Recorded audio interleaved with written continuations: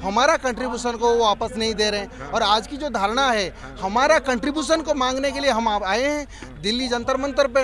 हमारा बात है कि no NPS, no UPS, we want only APS. Old pension में उतना खूबी है, जो यूपीएस जो लेके आए उसमें उतना खूबी नहीं है। कल के दिन अगर मेरा कुछ होता है तो मेरा फैमिली को पेंशन नहीं मिलेगी। जब अगर मैं नौकरी छोड़ दूं तो एटलीस्ट सरकार को मेरा पैसा मुझे वापस दे देना चाहिए। 1 लाख लोग जब रिटायर होंगे, ऐसा कोई आदमी नहीं होगा जिसके पास 2 करोड़ से कम का फंड हो। तो मोटा मोटा 1,20,000 करोड़ रुपए सरकार को एकदम वापस जाएगा। एनपीएस में सारा पैसा या तो हमें दे देते हो या तो कारपोरेट की कंपनियों को दे देते हो। सरकार को क्या फ़ायदा है? हम तो सरकार के फायदे की बात बता रहे हैं। हमारा एजेंडा है कि भारत सरकार की इकोनॉमी को बचा के रखते हुए, इकोनॉमी को इम्प्रूव करते हुए, उस इकोनॉमी को स्ट्रेंथन करते हुए लोगों को old age social income security की गारंटी देना।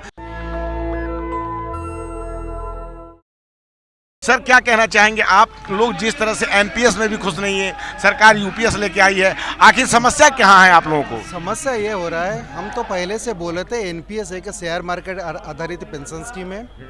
हम पहले से 2004 से जब 2016 तक आया तो हम जब को एनपीएस में जो लोगों ने रिटायर्ड हुए सभी को 1500 1700 इस तरह से पेंशन मिला। तो फिर हमने एनपीएस के विरोध में आंदोलन किए और सरकार के पास में समझाए कि एनपीएस खराब स्कीम में अब हमें पुरानी पेंशन दीजिए। और जो पुराने पेंशन स्कीम है वो हमारा मेन चीज़ है, जब होता है पेंशन, जो हमारा लास्ट बेसिक पे का 50% विथ डीएनएस रिलीफ वो हमें दिया जाए। और साथ साथ हमारा जो कंट्रीब्यूशन होता है, जो हमारा टियर 1 का कंट्रीब्यूशन होता है, उसका जीपीएफ मान्यता दीजिए, ताकि हमारा पैसा जो शेयर मार्केट में ना लगे, उसी के लिए हम मांग कर रहे थे। लेकिन सरकार ने अभी 2024 में आनन फानन में 24/8/2024 में यूपीएस लाया, जो यूनिफाइड पेंशन स्कीम पे नामित किया गया। उनमें वो उन्होंने क्या किया, पेंशन का प्रावधान रखे, लेकिन हमारा जो कंट्रीब्यूशन है, हमारा कंट्रीब्यूशन को वो वापस नहीं दे रहे हैं। और आज की जो धारणा है, हमारा कंट्रीब्यूशन को मांगने के लिए हम आए हैं दिल्ली जंतर मंतर पे। हमारा बात है कि no NPS, no UPS, we want only APS. UPS में क्या कह रही है सरकार? सरकार तो कह रही है कि जो लास्ट आपका ईयर होगा, जो आपके सर्विस का, उसका वो एवरेज निकाल के आपको देगी। तो फिर आप लोगों को समस्या क्या है? वहाँ पे आपको महंगाई भत्ता भी दिया जाएगा, यहाँ तक कह रही है सरकार। देखिए, सरकार ने यहाँ पे एक बात रखे, सरकार ने तो न्यूज़ में सभी लोगों को बता रहे हैं कि आपको लास्ट बेसिक पे का 50% देंगे, लेकिन 25 साल खत्म होने के बाद में क्यों? अब यहाँ पे जो है, कोई भी रेलवे एम्प्लॉय होता है 10 साल क्वालिफाइंग सर्विस के बाद में वो पेंशन पाने के लिए हकदार होता था। अब आपने 25 साल का कैपिंग रखे और 25 साल के पहले जो लोग रिटायर्ड होंगे तो उसके लिए क्या आपने बोले, प्रोपोर्शनल रेशियो में आपको पेंशन दिया जाएगा। और सबसे बड़ी बात है कि हमारा जो 10% का कंट्रीब्यूशन होता है, वो 10% का कंट्रीब्यूशन सरकार के पास में रखने की बात रहे। वो एक ह्यूज अमाउंट हमारे पास में होता है। जब रिटायरमेंट होते हैं तो हमारा कर्पस का एक ह्यूज अमाउंट सरकार के पास में रहेगा। तो हमारा तो मांग है कि जो ह्यूज अमाउंट आपने अपने पास में रखा वो हमें दीजिए। तो हमें लास्ट बेसिक पे का ओल्ड एज सिक्योरिटी दे रहे हो, लेकिन हमारा जो कंट्रीब्यूशन हर महीने का 10% कट रहा है, वो क्यों आपके पास में रहेगा? पहले तो जीपीएफ था, पहले 8.1% कटता, 8.33% कटता था, उसका इंटरेस्ट के साथ आप देते थे। लेकिन हमारा अभी कंट्रीब्यूशन 10% बेसिक दिया जाता है, लेकिन उसका क्यों नहीं देते? तो इसी का मांग है। ये भी तो है कि सरकारी खर्चा बढ़ रहा है, सरकार अपना खर्चा भी तो कम करना चाहती है, तो आप लोग उसमें कुछ सहयोग नहीं कर रहे हैं? सरकारी खर्चा बोल रहे हैं, अगर हमारे कर्मचारी के लिए सरकारी खर्चा है, सरकार एक दिन का एमपी एमएलए होता है उनके लिए पुरानी पेंशन, और हमारे लिए खर्चा। जब कोविड पैंडेमिक सिचुएशन था, पूरा देश सब घर पे रहे थे, तो एक कर्मचारी जो रीढ़ बनी हुई थी, लोगों का सेवा किया था, और सेवा करने के बाद जब उसका सेवानिवृत्त के साथ में आता है तो आप बोलते हैं कि उसका फिनेंशियल आपका ऊपर बर्डन हो जाएगा। ये कोई फिनेंशियल बर्डन नहीं होता है। आज जो सरकार 18.5% है उसको बढ़ा रहे हैं, ये क्या फिनेंशियल बर्डन नहीं हो रहा है गवर्नमेंट के ऊपर? ये कहाँ से आ रहा है पैसा?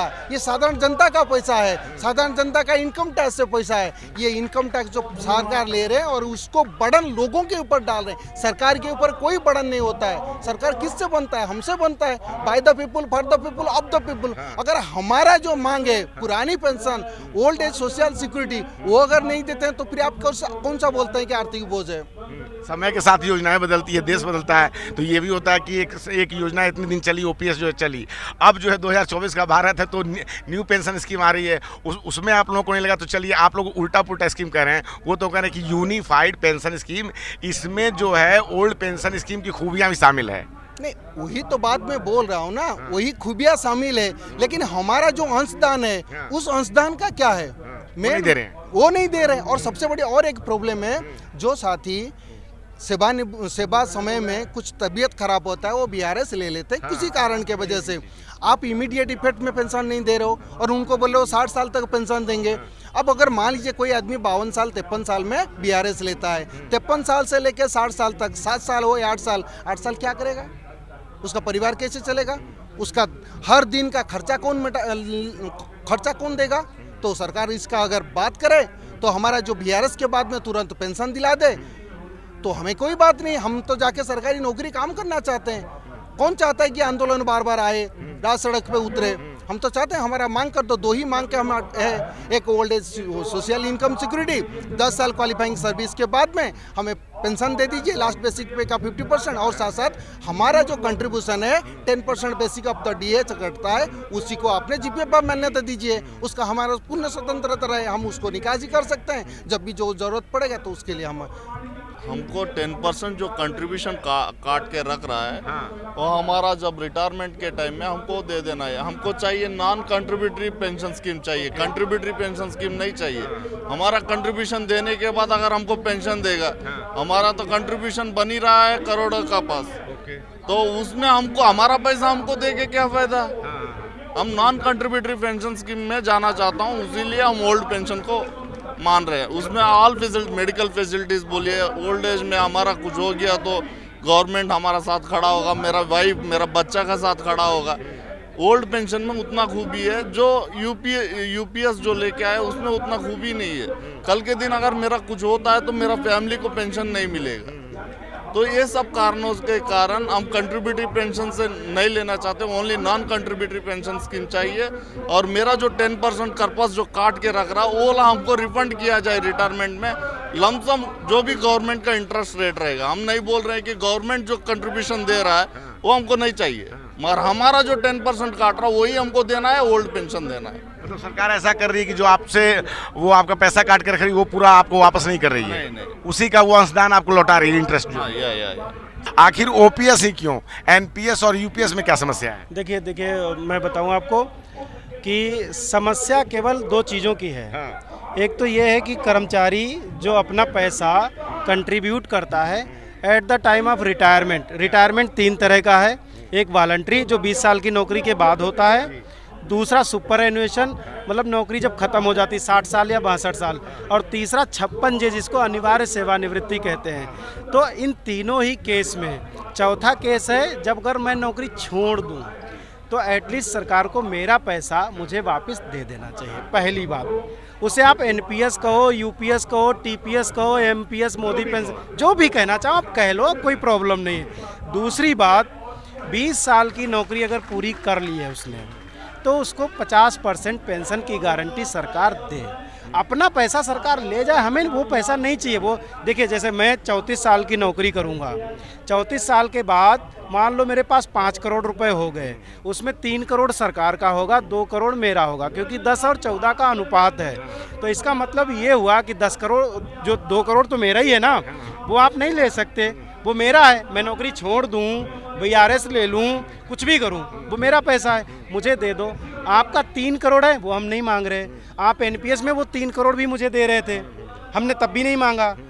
एनपीएस में ये जो 5 करोड़ था वो सारा मुझे मिल जाता।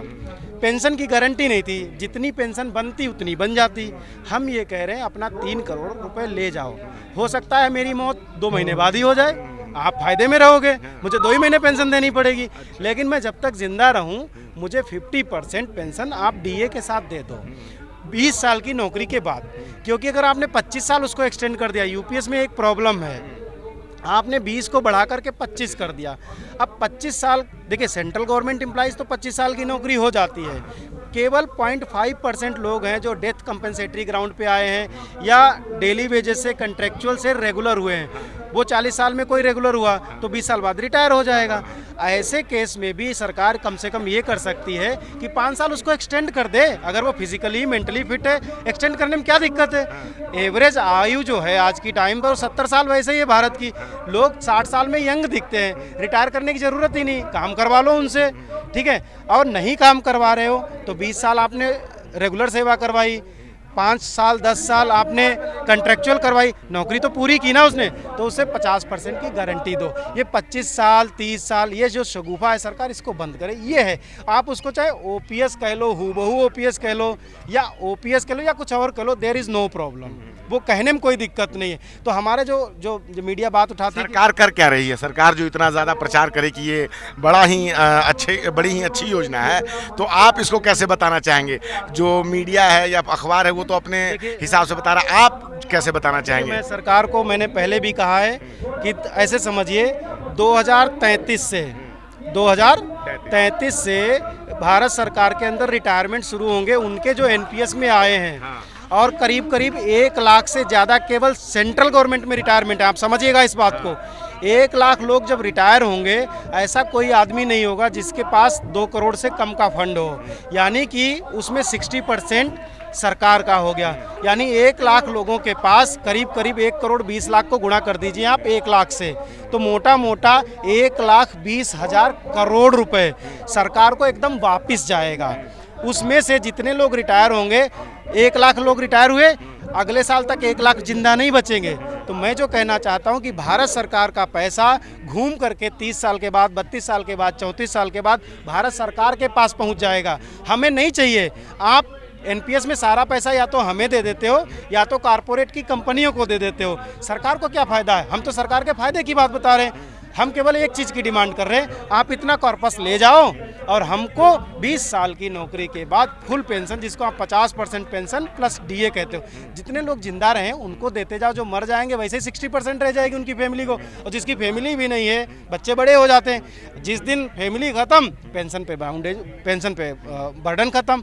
तो हम जो सरकार के फ़ायदे की बात कर रहे हैं, हम लोगों को पैसा या हूबहू ओपीएस वाली बात नहीं, we are demanding for old age social income security guarantee, वो चाहिए हमें। हम उसके लिए रोज़ रोज़ धरना प्रदर्शन करते हैं। और सरकार को ये समझने की ज़रूरत है, सरकार प्राइवेट जो कारपोरेट सेक्टर्स हैं, चाहे वो जितने भी हैं, जो भी लोग इसमें मतलब इसमें 15 कंपनियों से ज़्यादा लिस्टेड हैं जिनको हम कहते हैं एन्युटी सर्विस प्रोवाइडर। वो एन्युटी सर्विस प्रोवाइडर इसलिए लगे हैं ताकि हमारे 40% कॉर्पस को एन्युटाइज किया जा सके। वो लाखों करोड़ होगा। अच्छा, सरकार इसमें एक बात और कह रही कि जो ये वित्त सचिव डॉक्टर सोमनाथन थे, उनकी रिपोर्ट थी और कई लोगों से, कई कर्मचारी संगठनों से बात करके इसको लागू किया गया है यूपीएस को। देखिए, वो पहले बात तो झूठ बोल रहे हैं, ठीक है ना। सबसे पहली बात है कि जो रिव्यू कमेटी थी उसने जब भी बैठक की, उसने कभी एनपीएस अफेक्टेड मेंबर्स की पार्टी को नहीं इनवाइट किया। मुझे 2 बार जाने का मौका मिला, लेकिन कमेटी के बीच कभी बातचीत नहीं हुई। कमेटी के बिहाफ पर जो डेप्यूटी सेक्रेटरी थी उनसे हमारा डिस्कशन हुआ। वो बातें कमेटी तक कितनी पहुंचती हैं ये कोई नहीं जानता। हकीकत में वो बातें वहां तक पहुंचती ही नहीं। हम जो बात बता रहे हैं, हम लोग नेशनल लोग हैं, राष्ट्रीय सोच के लोग हैं। हमारा ऐसा कोई एजेंडा पार्टी नहीं है।